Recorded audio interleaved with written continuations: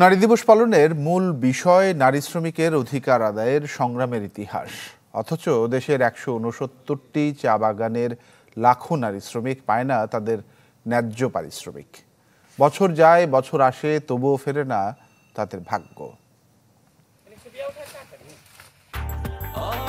Breakfast, tiffin কিংবা snack টাইমে মজাদার আয়োজন মানে অল টাইম ব্রেড। গ্রীষ্ম, বর্ষা কিংবা শীত, অবসর নেই দুদণ্ড বিশ্রামের। প্রতিনিয়ত চলে বেঁচে থাকার লড়াই।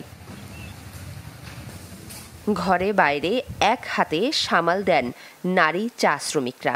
অক্লান্ত পরিশ্রমেও বদলায় না ভাগ্য। বহু আন্দোলনের পর ঠিক হয়েছিল দিনে সর্বোচ্চ ১৭৮ টাকা মজুরি।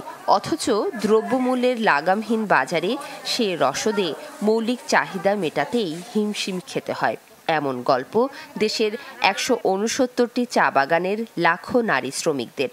অথচ তাদের শ্রমে ঘামেই এগিয়ে যাচ্ছে চা শিল্প।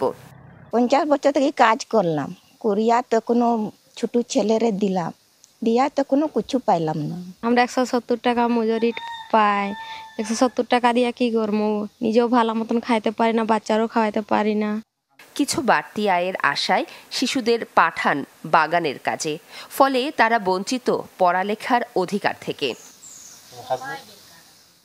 চা বাগানের নারী শ্রমিকদের স্বাস্থ্য সুরক্ষা সহ নানা সহায়তার কথা জানালো কর্তৃপক্ষ।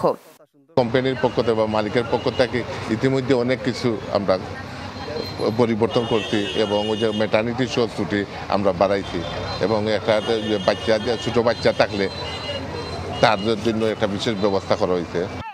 নারী শ্রমিকদের সুযোগ সুবিধা বাড়াতে অন্তর্বর্তী সরকারের প্রতি আহ্বান সচেতন মহলের।